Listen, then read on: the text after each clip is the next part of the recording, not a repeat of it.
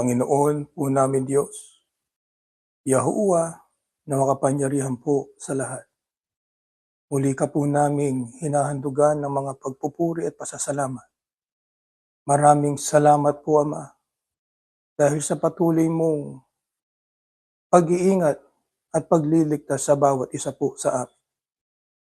Patuloy po kaming tumatanggap ng mga biyaya na galing sa iyo. At kailanman ay hindi mo po kami pinabayaan. Kung kaya, Panginoon namin Diyos, pakitanggap mo po ang aming pagsamba sa iyo ngayon.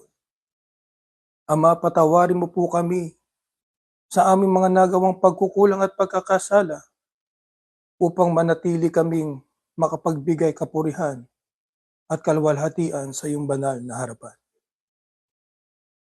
Ama, alam po namin na handa ka pong alalayan at tulungan ang iyong mga lingkod, lalo na ang mga lingkod mong tapat na sumusunod sa iyong banal na kautusan. Amin pong hinihiling Panginoon, palakasin mo po ang aming pananampalataya, pati na rin ang aming pag-asa, lalo na sa panahon ng karamdaman at kahirapan. Sa mabilis na paglipas ng panahon, Panginoon, dama na po namin na napapalapit na po ang pagdating ng aming Panginoong Yahushua. Ang aming pakiusap lamang, Panginoong Yahushua, alalahanin mo po kami sa iyong pagdating.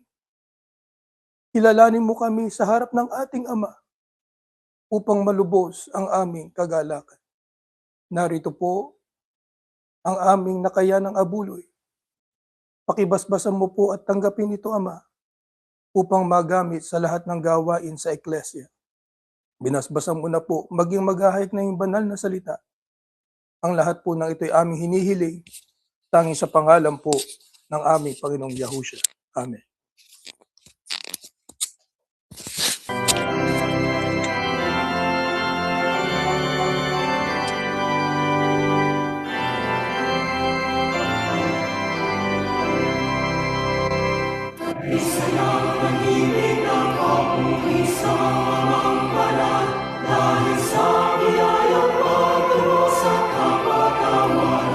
Sa pamamagitan ni Yahushua na kanyang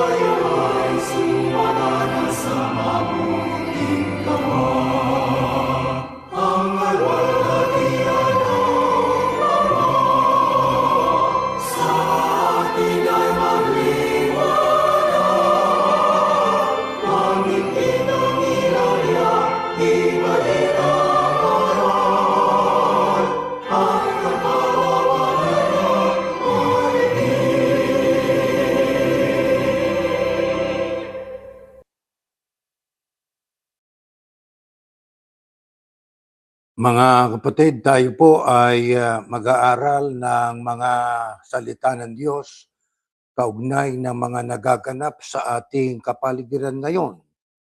Sa kasalukuyan, mayroong dalawang digmaan, sabi nga sa ating paksa, dalawang digmaan, isang mundo. Paano naapektuhan ang pandaigdigang kaayusan? Ibig sabihin, paano naapektuhan ang global order?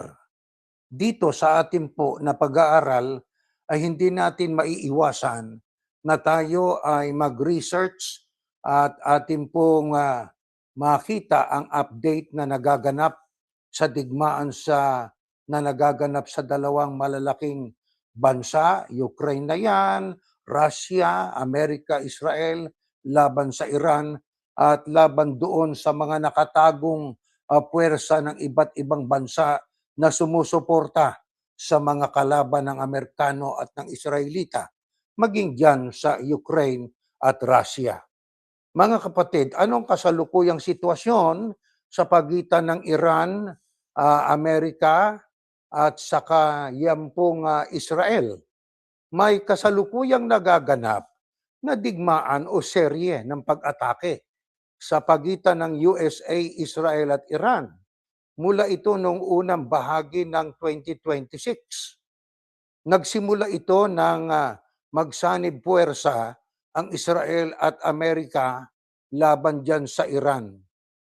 Laban sa Iranian military and nuclear-related sites. Kasama po ang pagkamatay ng dating Supreme Leader nilang si Khamenei.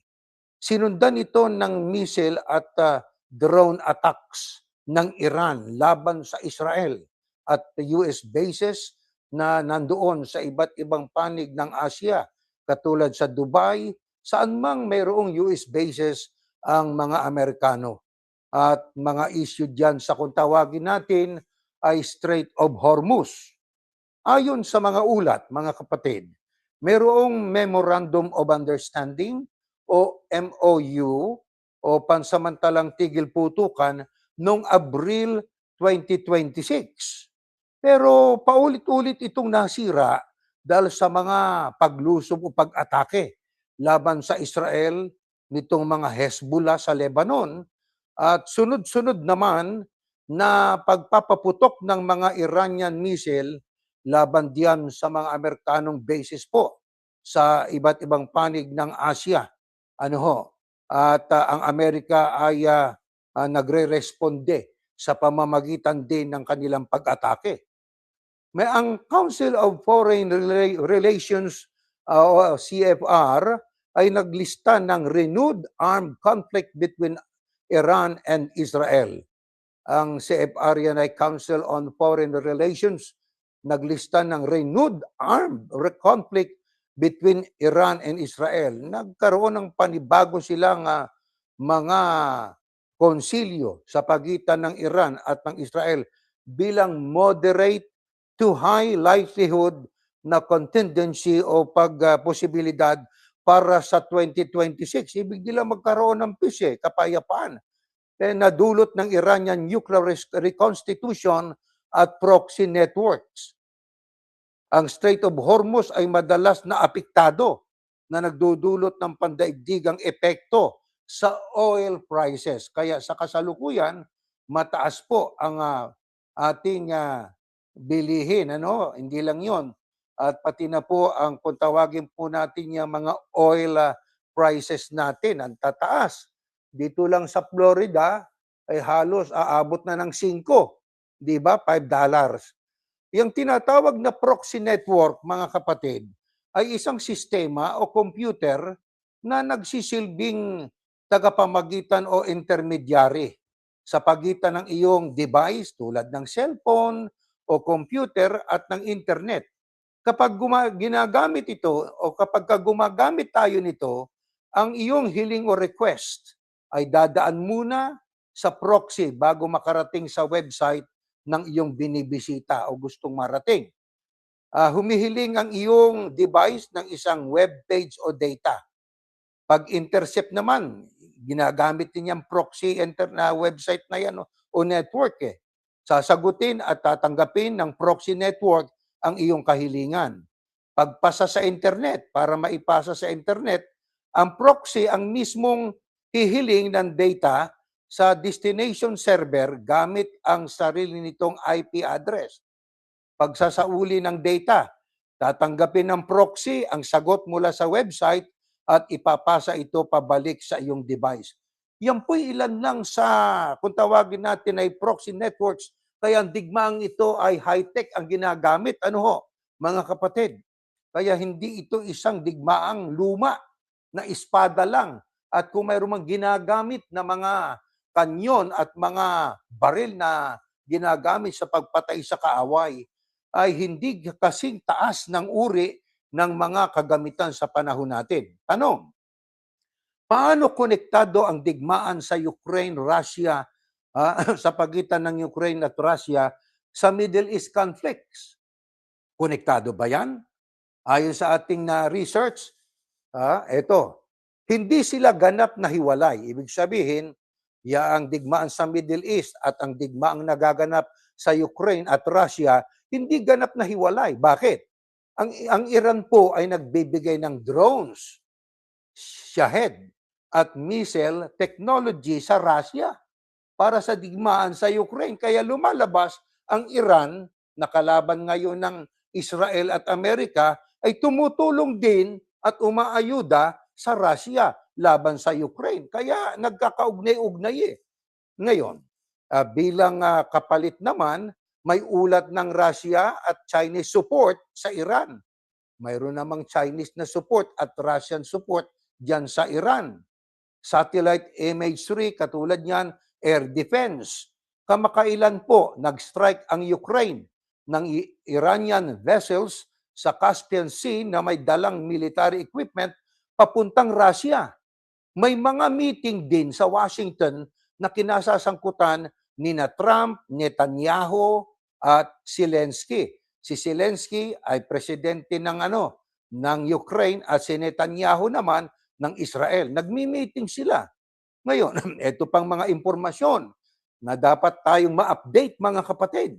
Maraming analyst o tagasuri ang nagsasabi na ang dalawang digmaan ay overlapping coalitions.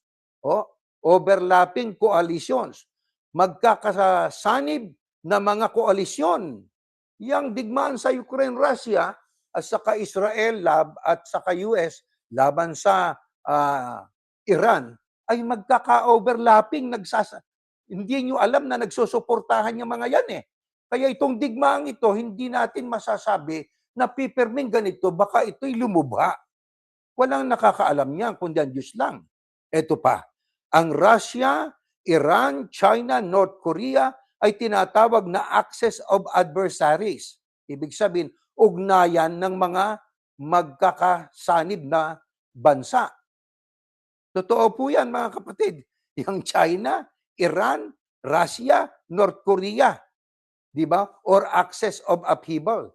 O pagsasama-sama ng mga bansa laban sa US at saka Israel. Paano ang layunin dyan? Ang Ukraine ay nagtatarget ng Iranian logistics. Yan ay ibig sabihin kabuang detalye kaugnay sa pakikipagdigmaan. Yang tinatawag na logistics para pahinain ang Russian capabilities.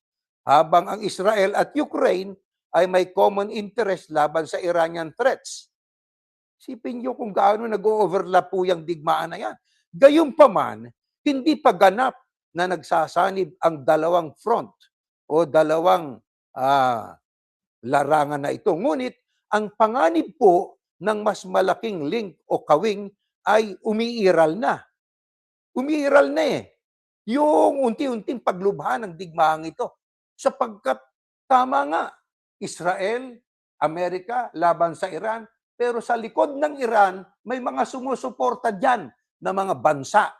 Alam ng Amerika yan, sapagkat mataas at sabi nga updated at saka sophisticated ang ating yung ating intel o intelligence natin pagdating sa digmaan, pati Israel, di ba? Yan naman sa Ukraine at Russia, maraming mga bansa din yan ang nasa likod ng Ukraine at mga bansa na nasa likod naman ng Russia. Kaya nag-o-overlapping ang coalition parties. Kaya ito, hindi pwedeng sabihin at tapusin natin sa salitang hanggang diyan lang yan. Hindi luluba ang digmaang yan. Sino nakakaalam? Diyos ba tayo para ating pangunahan kung ano nasa isip ng Diyos? O ano ang posibleng magaganap na kaguluhan? Baka magkaroon pa ng eskalasyon o pagtaas ng level ng digmaan. Ito po sa ating nabasang research, ang pinakamataas na panganib ay yung re-escalation ng US-Israel war. Halimbawa, full-scale bombing, mas malawak na proxy attack sa Lebanon, Yemen at Gulf, o permanenteng pagsasara ng Hormuz. Nako, pagka permanenteng na isara ng Hormuz, ibig lang sabihin, mga kapatid, pahirapan na buhay natin. Pagka ang oil po ang siyang tumaas na, bukod pa sa kahirapan, ay titindi na talaga ang sitwasyon ng buhay natin sa mundong ito. Kaya dapat updated tayo mga kapatid, sa nagaganap dyan sa mga digmaang yan. Huwag nating i-ignore na tayo, basta maghanap buhay na lang tayo, magpakasaya. No, hindi ganon. Kailangan po tayo ay updated at dapat alam natin kung ano nagaganap dyan sapagkat yan pong Israel ay involved at yan ay bayan ng Panginoon Diyos, yan ang pinakasentro. Ayon sa aklat ng Biblia sa Lumang Tipan, Ezekiel 5:5, na kapag sentro, focus, dyan nakapokus. Ano man ang mangyari dyan sa Israel, may kinalaman po sa ating pananampalataya at sa ating inaasahang pag-asa sa darating na panahon. Di po ba? Ito. Kaya ito'y pagka nag-re-escalate ito at lumala, maaaring ito'y magdulot ng isang regional war. Pag sinabing regional war, palawak ng palawak ang nasasakop ng digmaan. Sa Ukraine, posible ang intensification ng attack sa critical infrastructure. Totoo po yun. Kaya yung mga infrastruktura nila, mga building nila, ay lalong nawawasak di ba? Kaya kung mag-link ang dalawa, maaaring magkaroon ng multi-theater conflict na apektado ang global energy economy at alliances NATO Gulf states. Ibig lang sabihin po, pagka lumubha ang digmaan, ay lalong maapektuhan ang pambuong mundong enerhiya, pambuong mundong ekonomiya, at yung mga alyansa, kung tawagin po natin, mga kapatid. Ang ACAPS at International Crisis Group ay nag-outline ng senaryo. Etong senaryo, no war, no peace. Kung walang digmaan, walang kapayapaan. Prolonged truce. Ano ibig sabihin ng prolonged truce? Yang truce, tigil ng labanan o pansamantalang peace. Re-escalation, muling paglala. Medium likelihood, triggered by Lebanon or Hormuz incidents. Kasi diyan po sa Lebanon, hindi ba nyo alam na yan po ay talagang involved po laban sa Israel Di ba? Kaya ang Amerika, hindi naman pwedeng pabayaan ng Israel. Kaya, ayan, hindi natin masasabi ito kung anong klaseng magaganap pa sa hinaharap. Ito pa, ang CFR ay may Tier 1 risk. Pag sinabing tier ay parang kategorya para sa intensified Russia-Ukraine war at Israel-Palestine issues. At Tier 2 para sa Iran-Israel. May ulat din po ng Russian missile drone, mga incursions, ibig sabihin mga pagsalakay malapit sa NATO borders. Yan pong NATO borders, yan ang kabilang ang Pilipinas po dyan At kasama ang mga magkakaalyadong mga bansa. Ito na, nagpapataas ng panganib ng spillover. Ibig sabihin, ang epekto lalawak yan. Ang oil prices at global supply chains ay direktang apektado sa ngayon. Totoo o hindi totoo? Totoo yan. Ano ang papel ng Amerika sa mga nagaganap na ito? na kinikilalang pinakamakapangyarihang bansa pagdating sa militar. Ito, ang USA ay direktang kalahok sa Iran conflict kasamang Israel. Ang pangunahing supporter ng Ukraine laban sa Russia, yan ang Amerika. Alam yan ng Russia, sinusuporta ng Amerika ang Ukraine. Dito sila bumibili ng mga military weapons para kanilang ika nga ay pang-atake laban naman sa mga forces ng Russians. Sa ilalim ng Trump administration, may push para sa deals na kung tawagin ay nuclear limits o Hormuz opening. Yan ang gusto ni Trump, na buksan niyang Hormuz na yan para ang langis ay patuloy mai-supply sa iba't ibang mga bansa. Pero may banta rin ng mas malalaking strikes. Ang USA ay nagbabalansi ng resources sa dalawang theatre na ito. Pag sinabing dalawang theatre, yung mga dalawang kaganapan na yan, malalaking digmaan na yan. Eto pa, maraming komentary ang nagsasabi na ang USA ay fighting one war on many fronts. Ibig sabihin ng Amerika ay nakikipagdigma sa isang digmaan sa maraming larangan laban sa Russia, China, Iran axis. Ang munitions o mga bala stocks, yung stocks ng ammunitions, political will and diplomatic efforts, Oman mediation at iba pa, ang susi, ang divergence o ang pagkakaiba-iba sa pagitan ng USA at Israel, halimbawa sa Lebanon, operations, ay nagdaragdag ng complexity, pagiging komplikado o kasalimuutan. Kasi ang USA at saka ang Israel minsan may mga anggulo silang na hindi sila nagkakasundo eh. Kaya nagiging complex, nagiging masalimuot itong nagaganap na sa pagitan ng mga hari ng mga bansa na sila ang siyang nagpoproklama. Atakihin natin yan. Tayo ay tumulong dyan sa mga bansang yan. Tayo ay tumulong ng palihim sa bansang yan. Lumalala eh. Di ho ba? Ngayon, anong kahulugan nito? Sa kabuuan, bakit mahalaga ang mga impormasyong binasa natin sa inyo? Ang kahulugan ay hindi tiyak na World War III, kundi isang high risk, mataas na panganib, period ng overlapping regional wars na maaaring magdulot ng economic shock, humanitarian crisis, and mas malawak na alyansa na mga paghaharap o konfrontasyon. Ang ugat ay nuclear ambitions kasi ang Iran ay talagang ambisyosong magkaroon ng nuclear. Proxy wars, resource control, yung control sa oil, at great power competition. Talagang yan ang ugat na dahilan eh. Diba? Sa pulmula, tingnan yung mga digmaan ng mga nakaraang mga panahon, maging nung unang panahon. Diba? Kapangyarihan, kasikatan, kayamanan. Diba? Ano pang karagdagan na kaalaman na dapat nating malaman? Ayon sa mga analyst o nagsusuri, ang continuum o pagpapatuloy ng conflict ay nag-collapse. Natibag ito. Conventional war, drones, missiles, cyber, and nuclear shadow ay sabay-sabay na ginagamit yan sa digmaan ngayon.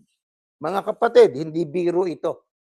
Siguro kung tayo halimbawa ay ang Florida ay malapit lang po sa Washington. Maaring kung ang Washington ang inaatake at tayo nasa Florida, pakinig natin ang tunog, ang bomba, di ba?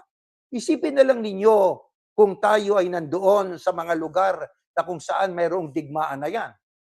Nakakatakot, nakakagimbal. Hindi mo na magawa siguro maghanap buhay sapagkat iniisip mo baka umabot. Sabi nga, regional war, baka kumalat yan sa iba't ibang rehiyon. Di ba mga kapatid? Kaya, eto, tuloy natin ang basa. Ang pinakamagandang outcome ay durable ceasefires at deals. Ang kailangang dapat na maging magandang resulta nito, yung pangmatagalang pagtigil putukan at mag-usap. Ngunit, ang history ay broken truces na nasisira yung kanilang mga sabi nga, yung pag-uusap para magkaroon ng ceasefire. Pag sinabing truce, yung tigil putukan at mutual distrust. Hindi sila nagtitiwala kasi At nagpapataas ng panganib yan, di ba? Ang epekto'y global. Pag sinabing global, pambuong mundo, mas mataas na oil prices, refugee flows, yung mga refugee sa Ukraine ay pumupunta sa ibang mga bansa, maging diyan sa Iran, ganun din sila di ba? Nangingibang bansa na, naglalayasan na sila. Yan ang nangyayari pagka ang bansang kinalalagyan mo ay involved sa digmaan, di ba? Ang truth-seeking view ay ang mga ito ay resulta ng long-term strategic rivalries. Rivalries, yung bang nagpapaligsahan kayo kung sino ang mas malakas, kung sino ang mas matalino, kung sino ang mas moderno ang kaniyang pandigmang kagamitan, hindi simpleng mabuti o masama o versus masama. Kaya ang buod ng ating binasa ay isa lang. Manatili tayong informed, mga kapatid. Mga ka-ekleseya, nananawagan po ang Diyos sa atin. Bantayan natin ang nangyayaring ito. Ang sitwasyon ay temporary de-escalations. Off and on yan. At bigla ang flare-ups, bigla ang mag-re-escalate naman. Ang pinakamahalaga po ay ang diplomatic off-ramps. Ano ibig sabihin? Ay yung paraan ng paglutas sa sigalot at realistic assessment ng capabilities at isang makatotohanang pagtatasa ng kakayahan at interest ng bawat panig. Dapat mag-usap na lang talaga Di ba? Pero hindi nagaganap po Mag-uusap yung mga leader, nakikita nyo, nagmi-meeting. Mag-uusap sila, ang iba siguro nagtatawagan sa telepono. Pero tuloy pa rin ng digmaan Nakaamba ang puwersang China, Russia, North Korea laban sa Amerika.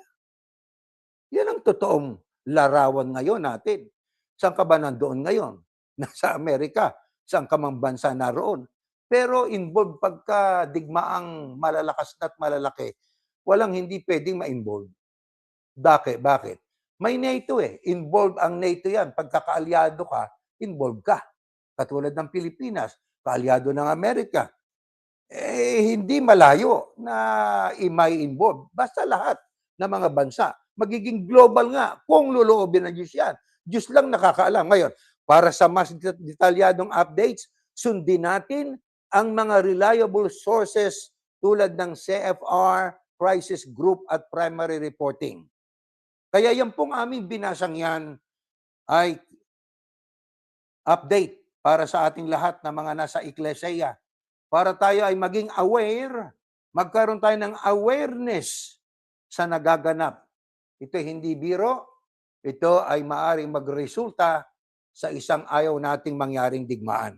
Tanong, sa harap ng mga katotohanan ng ating nabasa na yan, dapat ba itong ikatakot ng mga tunay na sumasampalataya sa kapangyarihan ni Yahuwah o ng ating Panginoon Diyos? Pakinggan natin, mga kapatid, bakit hindi ito dapat ikapangamba ng mga mananampalataya kay Yahuwah ayon sa ating Panginoong Yahushua? Pakinggan natin ang first slide. Let us read the first slide po. Ganito po ang ating mababasa, mga kapatid, at ating unawain ito at ating babasahin ayon po sa Mateo 24:6. Makakarinig kayo ng mga digmaang malapit sa inyo at mababalitaan ninyo na may mga digmaan din sa malayo. Totoong-totoo po yan. Sinabi ng Kristo yan sa mga alagad niya nang tanungin siya, ano ang magiging tanda ng iyong pagparito at ng katapusan ng sanglibutan? Yan ang sinabi niya. Makakarinig kayo ng mga digmaang malapit sa inyo at malayo sa inyo. Yan. Hindi ba totoo yan? Ngunit, huwag kayong matakot. Kinakailangang mangyari ang mga ito. Nakita niyo mga kataga? Kinakailangang mangyari ang mga ito. Ngunit, hindi pa ito ang katapusan. Kaya yung nangyaring yan, dyan sa mga digmaan na yan, hindi pa yan ang katapusan ng mundo. Dalawang digmaan, isang mundo. Hindi pa yun ang katapusan. Bakit? Sapagkat magdidigmaan ang mga bansa at mga kaharian. Magkakaroon ng tagutom. Ayan na. Resulta ng digmaan. At paglindol, nagaganap ang lindol. Sa iba't ibang lugar, ang lahat ng ito'y pasimula pa lang ng mga paghihirap na darating. Kaya, hindi na kailangang ipaliwanag yan. Kailangan mangyari ang lahat ng ito, pero hindi pa ito ang katapusan. Magkakaroon ng tagutom, marami na nagugutom. Paglindol, sunod-sunod ang lindol. Anong sabi? Lahat ng ito'y pasimula pa lang ng paghihirap na darating. Bakit? Hindi natin dapat ipangamba ang mga nagaganap ngayon. Pakinggan natin na nakasulat sa ikalawang Timoteo. Ayan. Sapagkat hindi tayo binigyan ng Diyos ng espiritu ng kaduwagan, kundi espiritu ng kapangyarihan at pag-ibig at disiplina sa sarili. Kaya pagka binasa po natin, mga kapatid, ang mga katotohanan yan ng taos-puso at bukas na pag-iisip, ang sabi, sapagkat hindi tayo binigyan ng Diyos ng espiritu ng kaduwagan o pagkatakot, kundi espiritu ng kapangyarihan, pag-ibig at disiplina sa sarili. Yan ang ibinigay ng Diyos. Huwag tayong matakot. Takot ba kayo? Takot ka ba, kapatid na ministro? Normal ang matakot.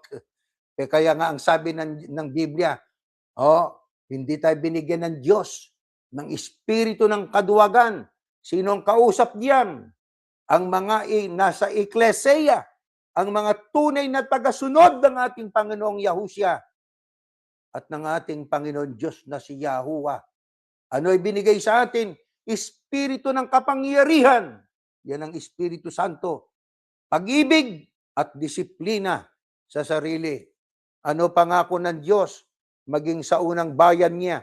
Kaya hindi kayo dapat matakot. Sabi, hindi tayo dapat maduwag. Dapat tayo maging matapang.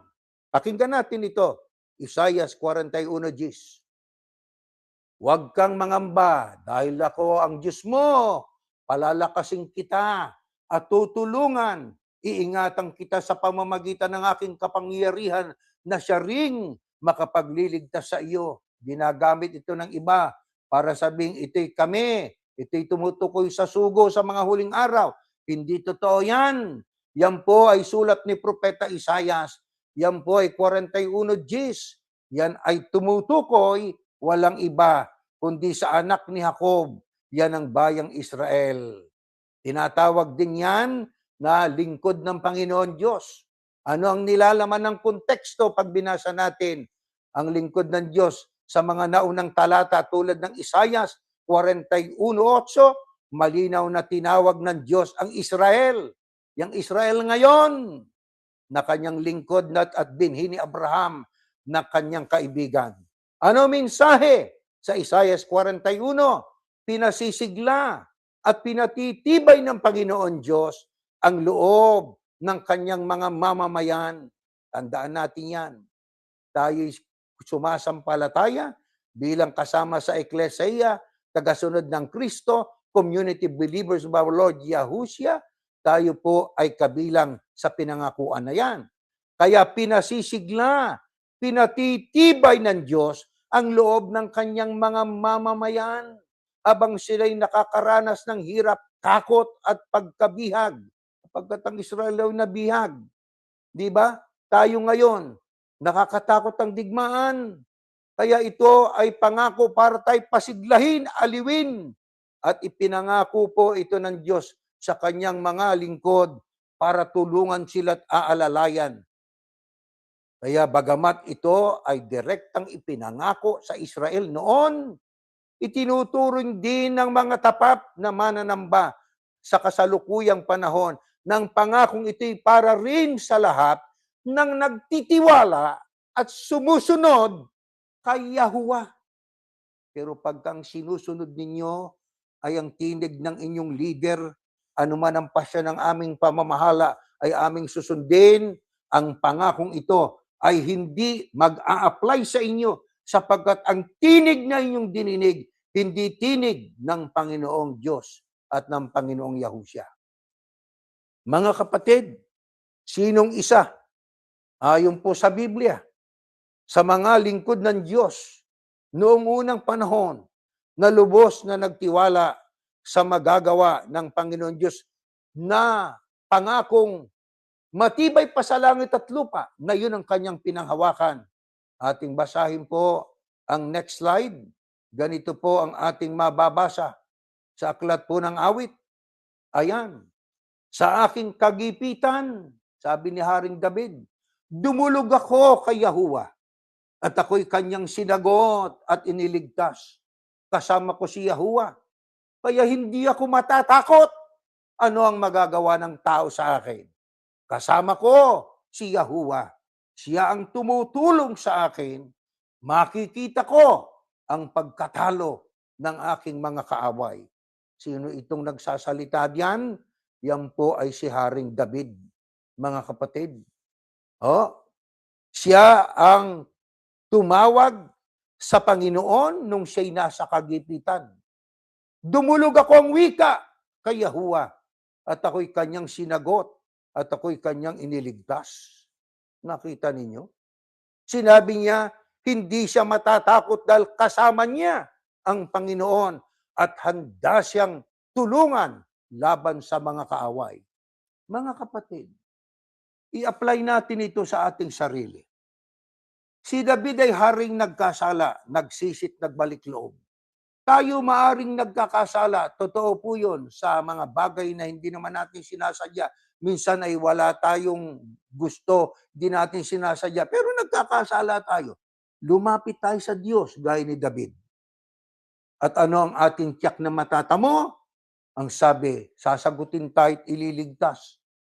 At ang sabi, pagka ating nararamdaman sa buhay natin ang kapangyarihan ng ating Panginoon Diyos na si Yahuwah, ano ang sabi? Ano ang magagawa ng tao sa akin? Kasama ko si Yahuwah, kaya hindi ako matatakot. Makikita ko ang wika, sabi ni Haring David, ang pagkatalo ng aking mga kaaway. Mga kapatid, sa mga katotohanan yan na ating binasa, gaano natin ito pinananaligan? Subjective ito. Ako bilang isang ministro, i-develop natin ito ng lalo sa mataas na level ang ating pagtitiwala sa ating amang si Yahuwah. Wala tayong magagawa sa ganang ating sarili. Wala po. Konting problema lang, minsan tayo hindi makahanap ng solusyon. Hirap tayong mag-isip. Pero nung tayo lumuhod at tayo nanalangin sa Panginoon Diyos, bigla niyang ibinibigay sa atin, ibinubunggo sa ating isipan kung paano natin mareresolba ang ating kinalalagyang kahirapan, karamdaman at problema. Kaya kung tayo ay kasama ng ating Panginoon Diyos, wala tayong dahilan para tayo matakot. Mga kapatid, ano ang naging karanasan ng unang bayan ng Diyos nang sila'y maharap sa malaking digmaan? Pakinggan natin ang nakasulat sa 38:23. Sa ganitong paraan, ipapakita ko ang aking kapangyarihan at kabanalan sa lahat ng bansa at malalaman nila na ako kay Yahuwah. Alam niyo, itong binasa natin ay nagpapakita na ipapakita ng Diyos ang kanyang kadakila at kabanalan at kapangyarihan sa pamamagitan ng pagtatanggol sa kanyang bayan. Yan ang Israel, laban sa mga kaaway. Alam niyo, ang pangunahing layunin nitong binasa natin ay upang kilalanin ng maraming mga bansa at ng buong mundo na si Yahuwah ang nag-iisang Diyos. Pagpapakita ito ng kapangyarihan. Gagamitin ng Diyos ang kanyang lakas upang pabagsakin ang mga bansang kumokontra sa kanyang kalooban. Ang pangwakas na layunin ng mga pangyayari ay ang espiritual na pagkaalam ng mga bansa, ng lahat ng tao, ng Diyos ang siyang makapangyarihan sa lahat. Yung sinasabi nilang yuklar na mga kagamitan, matataas na mga sophisticated weapons, ay walang magagawa po yan sa kapangyarihan ng ating Panginoon Diyos. Pinatutunayan sa talatang binasa natin. Pag binasa natin ang buong konteksto, hindi pababayaan ng Diyos na lapastanganin ang kanyang banal na pangalan. Yung mga nakikipagdigmang yan, ang iba dyan ayaw kumilala sa Diyos eh. Mga komunistang bansa. Kaya darating talaga ang panahon na ang lahat ng ito ay gagamitin ng Diyos na kasangkapan para makilala ang kanyang walang hanggang kapangyarihan at makilala din ang kanyang banal na pangalan. Ano ang dapat gawin ng tunay na mananampalataya sa panahong nagbabanta ang malaking kaguluhan? Pakinggan natin ang nakasulat sa Biblia. Ito ho. Kaya maging handa kayong lagi. Mga kapatid, ang panawagan, huwag mag-overtime. Huwag yung puro kain na lang ng kain. Huwag. Huwag yung puro saya na lang ng saya. Huwag yung saya ng laman na hanggang ngayon siguro mayroong iba sa atin na nagpapatuloy pa rin sa paggawa ng laman.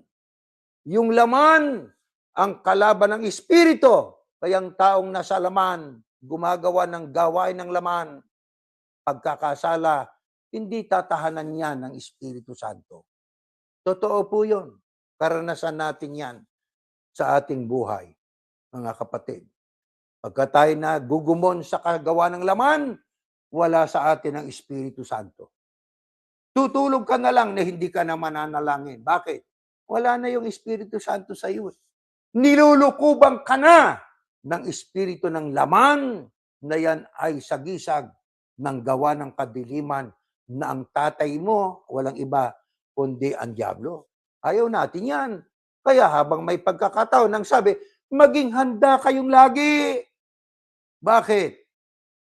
Bakit? Dahil hindi ninyo alam ang araw o oras ng pagdating ng inyong Panginoon. Huwag na yan muna. Huwag na yan muna, yung pagdating ng Panginoon sa araw ng rapture. Huwag na muna natin pag-usapan yan. Yun na lang yung pagkamatay natin. Alam ba natin?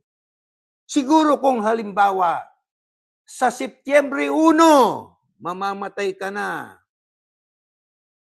Na alam mo yan, noong Agosto, Agosto. Ano kaya gagawin mo? Mag-iinom ka pa ng alak? Mambababae ka pa kaya? Ha? Ikaw kaya ay magpapabaya pa o ikaw ay magpapakasigla at magbabagong buhay? Kung matinong isip natin, magbabagong buhay tayo. Aba, Setyembre 1, ilang araw na lang mamamatay na ako. Ba't di ako magpapakabanal? Mananalangin ako. Kung may pera siguro ako, iaabuli ko sa Diyos yan para sa gawain niya. Eh hindi nga natin alam kung kailan tayo mamamatay eh. Di ba? Kaya maghanda.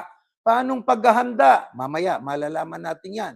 Eto pa, bukod sa kamatayan natin, ang pagdating ng Panginoon, hindi rin natin alam yan eh. Kaya tandaan nyo ito, sabi ng Panginoong Yahushua.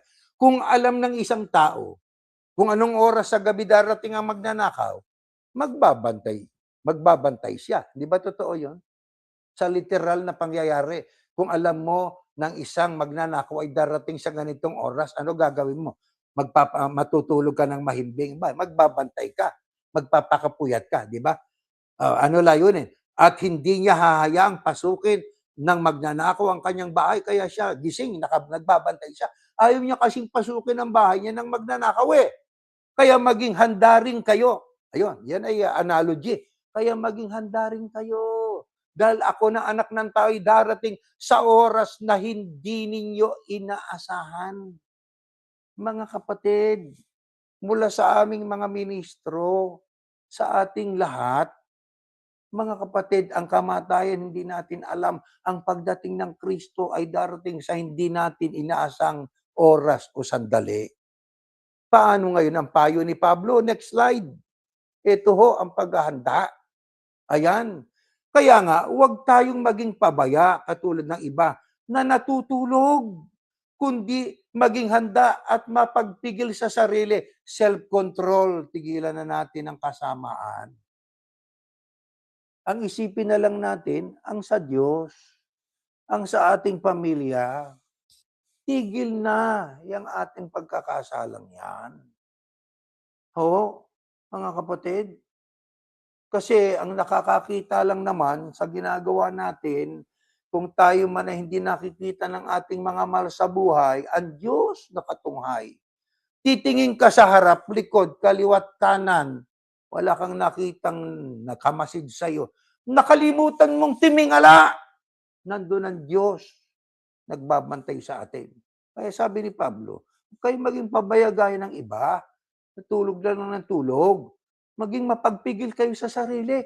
Sapagkat ang taong namumuhay sa kadiliman ay katulad ng taong pabaya na natutulog o katulad ng lasing na walang pagpipigil sa sarili. Pero dahil namumuhay na tayo sa liwanag, yon sa makatwid, ang paghahanda may kinalaman sa paraan ng pamumuhay. Paano na? Dapat tayo namumuhay sa liwanag.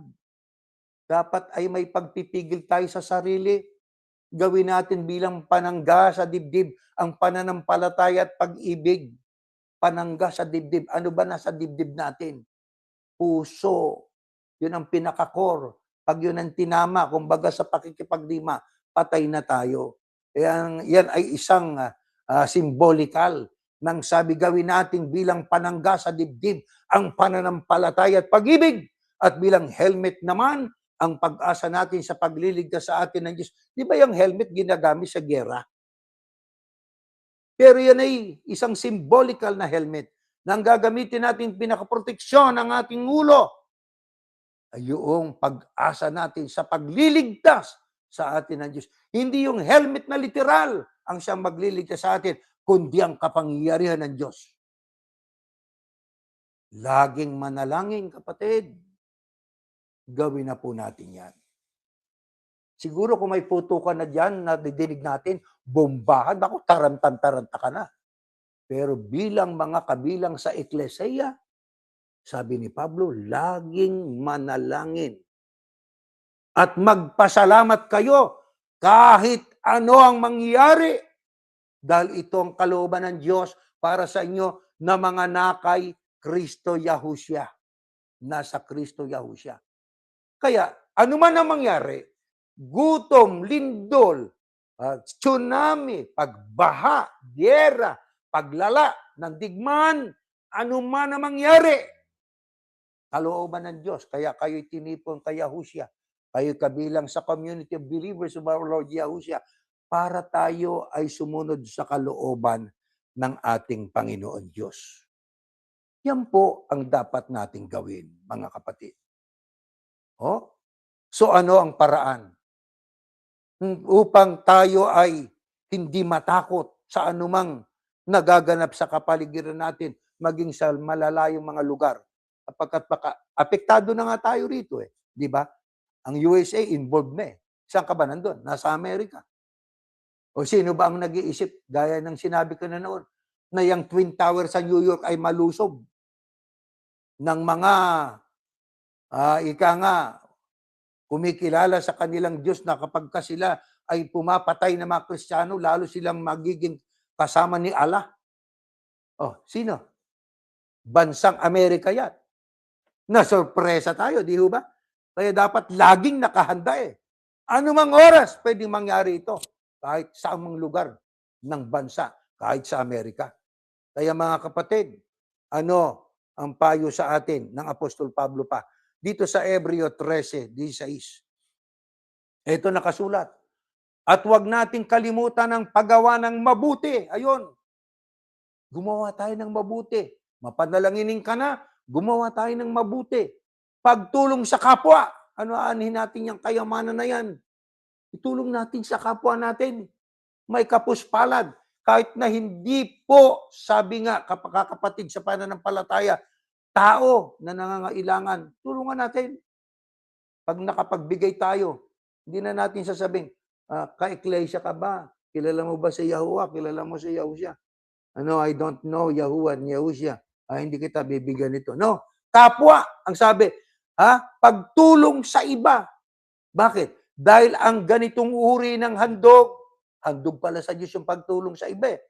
Yung paggawa ng mabuti, handog yun eh. Ay kalugod-lugod sa Diyos. Kaya maging sa ating pagsamba, tayo nag-aabuloy. Huwag tayong matisod sa abuloy. Kung kayo may natisod sa nangyari doon sa ating pinanggalingan, ang abuloy ay utos pa rin ng Diyos yan. Offering is a commandment given to us by God. We have to offer our sacrifices to our Lord God. Mag-o-offer tayo. We cannot just ignore that. Mga kapatid, sapagkat ang sabi nga, sa ganung mga hain ng Diyos ay totoong nalulugod eh. Paggawa ng mabuti, pagtulong sa iba. Sapagkat ang abuluyan noon, doon sa panahon ng mga lingkod ng Diyos sa unang siglong ng Eklesiya, pagtulong sa ibang nangangailangan ng mga kapatid noon. Diyan ang kaukulan niyan. Hindi yung gagastusin mo kung saan-saan. Hindi ganon. Mga kapatid, tayo dito kailanman, hindi tayo magpapagawa ng building na gusali. Hindi tinatahanan ng Diyos yan sapagkat tayo ng templo, kayo ng templo. Kung paano yung first temple and second temple na hindi pa sila winawasak, ay naging dwelling place ng Diyos. Tinatahanan ng Diyos yun eh. Ang dwelling place ng Diyos ngayon sa panahon ng Mesyaniko ay tayo na. Kaya bilang mga templo ng Diyos, tumatan sa atin ng Diyos. Itong pagigihin natin, ito linisin natin, itong ayusin natin sa ating relasyon sa Panginoon Diyos. Ngayon sa digmaan sa Israel, involved ang Israel eh. Ang Israel ay bayan ng Diyos noon, ngayon, at magpakailanman bayan ng Diyos. Bagamat nagdadanas ng disiplina sapagkat sila ay tumanggi na kilalanin si Yahushua bilang Mesyas. Gayunpaman, anong panawagan na dapat nating gawin? Pakinggan natin. Ganito nakasulat. Next slide. Idalangin ninyo na maging mabuti ang kalagayan ng Jerusalem, yan ang Israel, sa pamamagitan ng pagsasabi, umunlad sana ang nagmamahal sa bayan na ito. Umunlad sana ang nagmamahal sa bayan na ito. Hindi. Kaya ipinapanalangin eh. Kapagkat hindi pa man bansa, ayaw silang payagang maging bansa eh. Nang maging bansa, nilusob na mga karatig bansa eh. Kaya ang sabi ni David, umunlad sana ang nagmamahal sa bayan na ito. Bakit? Magkakaroon sana ng kapayapaan sa loob ng Jerusalem at kaunlaran sa palasyo nito. Alang-alang sa aking mga kamag-anak at mga kaibigan, sasabihin ko sa Jerusalem, sumainyo ang kapayapaan. Alang-alang sa templo ni Yahuwah na ating Diyos, mananalangin ako, sabi ni David, para sa kabutihan at kaunlaran ng Jerusalem. Panalangin ni Haring David yan noon sapagkat ang Israel ay talagang nagdanas at naharap sa matitinding pakikipagdigma. At ngayon, ang Israel ay gayon din, yan din ang ating dapat ipanalangin. Umunlad sana ang magmahal sa bayang ito. Magkaroon sana ng peace, shalom sa Jerusalem, kaunlaran sa palasyo nito, yan sa Israel na yan. Alang-alang sa templo ni Yahuwah nating Diyos, mananalangin ang wika ko para sa kabuti at kaunlaran ng Jerusalem. Mga kapatid, darating ang panahon na yung panalangin nitong si David, maging tayo, ipinapanalangin natin ang Israel na sana ay kaawaan ng Diyos. Matutupad po yan. Kailan? Next slide. Ganito po ang ganap na katuparan niyan. Ito ang ipinapahayag ng Diyos kay Isaias, na anak ni Amos, tungkol sa Huda at Jerusalem. Yan ang Israel. Sa mga huling araw, ito na nga ang panahon natin. Ang bundok na kinatatayo ng templo ng Panginoon ay magiging pinakamahalaga sa lahat ng bundok. Dadagsa rito ang mga tao mula sa iba't ibang bansa. Yan ay hula.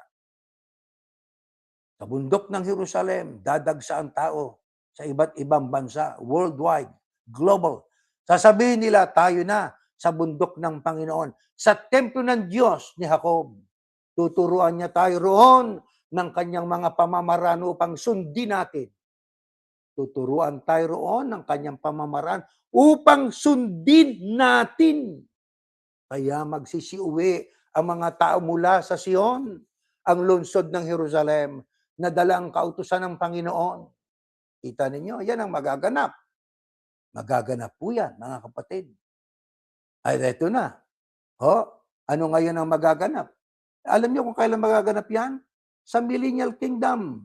Pagka ang naghahari na, ang hari ng mga hari. Marami ngayong mga hari sa bawat mga bansa. Pag nagmando, makipagyera tayo. Lusubin natin to. Pero pagdating ng hari ng mga hari at Panginoon ng mga Panginoon, ano ang sabi? At sa pamamagitan ng mga kautusan niya, pagkakasunduin niya ang maraming mga bansa. Yan ang Kristo. Pagkakasunduin niya ang maraming mga bansa. Magkakaroon na ng kasunduan. Talagang kasunduan sa ilalim ng administrasyon ng hari, ng mga hari. Ano mangyayari? Kaya hindi na magdidigmaan ang mga bansa. At hindi na rin sila magsasanay ng mga sundalo para sa digmaan. Wala nang digmaan ng mga bansa. Wala nang training ng mga military para makipaghanda o maghanda para sa digmaan. Wala na yan. Ano gagawin sa kanilang mga nuclear, sa mga kanilang mga sophisticated weapons na ginagamit sa pagkikipagdigma? Ang sabi, gagawin na lang nilang talim ng araro ang kanilang mga espada at karit na pantabas ang kanilang mga sibat. Anong gagawin sa kanilang mga gamit na pandigma? Gagawing araro ang mga espada, karit na pantabas ang kanilang mga sibat. Gagamitin na lang sa farming. Napaka-peaceful. Kailan yan? Magaganap sa Millennial Kingdom na ang paghahari ng Kristo ay may kamay na bakal. Kaya mga kapatid, ano lamang ang ibig iparating sa atin ng ating pinag-aralang ito? Ang mga kaguluhan sa Israel, Iran, Russia, Ukraine, Amerika, at mga iba't ibang bansang nakatago pero palihim na tumutulong sa mga nakikipagdigmang mga bansang yan, mawawakasan yan pagdating ng panahon. Pero habang tayo narito, anong dapat nating taglayin? Ang maging mapanalanginin, magbagong buhay, maghanda sa kamatayan natin, maghanda sa pagdating ng rapture, tumulong sa kapwa, magpakabuti, maging mahinahon, at tayo ay dapat po na manalig sa pangako ng Diyos. Hindi niya pababayaan ang kanyang tunay na mga anak. Ang mga anak ng mga leon, ang leon ay hari ng kagubatan, maaaring mamatay sa gutom, pero ang anak ng Diyos na matuwid, hindi niya pababayaan na magpapalimos ng tinapay o maghihirap. Iaahon tayo ng Diyos sa kahirapan, sa tagutom, sa panahon ng panganib. Ikukubli niya tayo sa pamamagitan ng kanyang kapangyarihan sapagkat siya Diyos na hindi magtatalo sira sa kanyang pangako. Kaya kailangan tayo maging matapang sapagkat ang Diyos ay nasa atin. Sabi nga ni Pablo, kung ang Diyos ay nasa atin, sino ang laban sa atin? Pumanatag tayo. Manatili tayong gumagawa ng mabuti, magmahalan, tumulong sa kapwa, at ituwid ang mga nagkakamali, akay ng pag-ibig, akay ng pagmamahal, at magpatuloy tayo sa pagbabagong buhay. Tumayo kayo at yan po ang ating ipananalangin sa Panginoon Diyos. Panginoon namin Diyos, salamat po sa mga katotohanan ng aming nalaman. Mahalaga na malaman namin kung ano ang nagaganap sa paligid namin para amin po na mahinuha kung gaano kapanganib meron ang mundo na aming kinalalagyan. Ang gerang nagaganap sa mga bansang sa ngayon ay nakikipagdigma laban sa isa't isa. Maaring sa lugar namin ay malayo-layo pa sila. Pero doon sa mga karatig bansa, alam naming natatakot, kinakabahan, nangangamba sila sa kanilang buhay.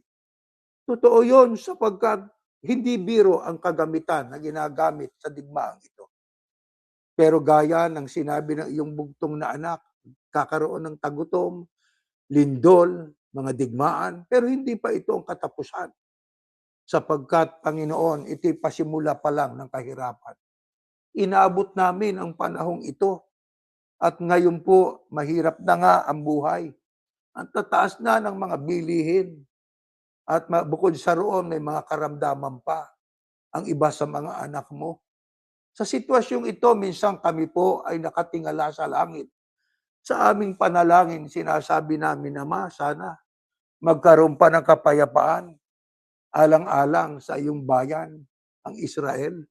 Alang-alang din sa ikatatawag pa ng mga raming mga tao para sila ay makasama sa paglilingkod sa iyo.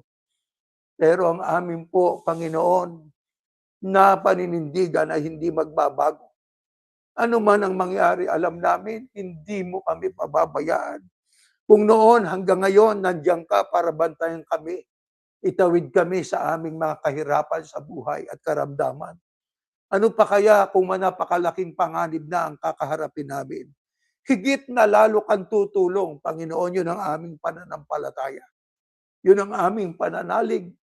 Kaya aming inanyayahan ka sa aming mga puso. Sana po, Panginoon, gawin mo kami na tunay na nagbabagong buhay. Gawin mo kami na tunay na nagmamahalan sa isa't isa. Akay ng pag-ibig, nagtutuwid kami sa aming mga kapwa-tao. Sapagkat ang gusto mo, Panginoon, matupad ang kalooban mo. Nilikha mo kami sa larawan mo. Larawan ng pag-ibig at pagmamahalan. Pero dahil sa kasakiman, dahil po sa pag-ibig, sa kapangyarihan, lumiko ang mga tao, kaya nagkakagulo ang mundo. Ama, habang kami po ay naririto sa mundo, samahan mo po kami, Panginoon. Pag dumarating ang matitinding mga pagsubok at mga panganib, Ama, ikubli mo po kami.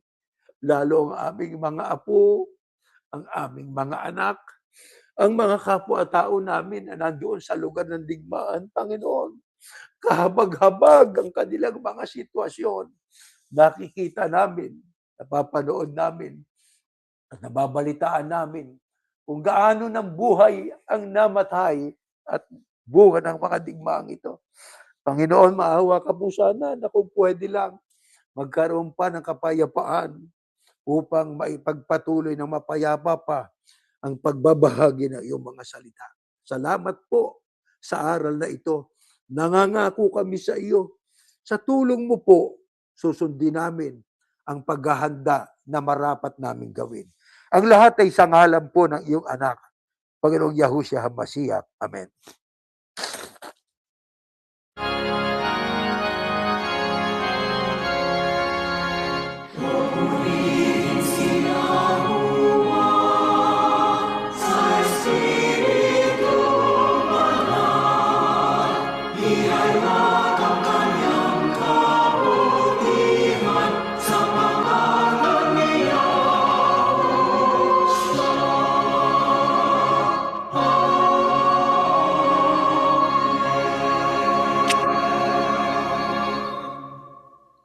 Biyayang pagliligtas ng ating Panginoong Yahushua, ang pag-ibig ng Diyos na si Yahuwah, at ang patuloy na paikilakip ng Espiritu Santo, siya nawang sumating lahat ngayon at magpakailanman. Amen.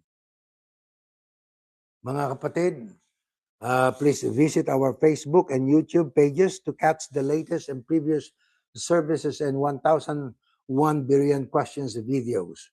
Patuloy natin pong ipanalangin ang mga leader ng mga bansa at yan ang kasalukuyang katotohanan, mga nasa kapangyarihan po, mga taong nasa iba't ibang larangan ng gawain, na magkaroon pa sila ng kapayapaan para tayo po ay magkaroon pa ng pagkakataon na makilala ang Diyos, igalang ang Diyos at mabuhay tayo ng ayon talaga sa konduktang hinahanap sa atin ng Ama.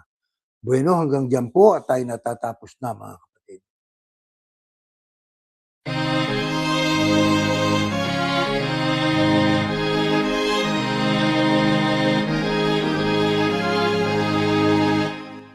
Sa puso natin ang aral ng Diyos Yahuwa at maging matatag. Pagkatyak na darating araw ng paghuhukom o kaya siya'y tingin. ipagtanggol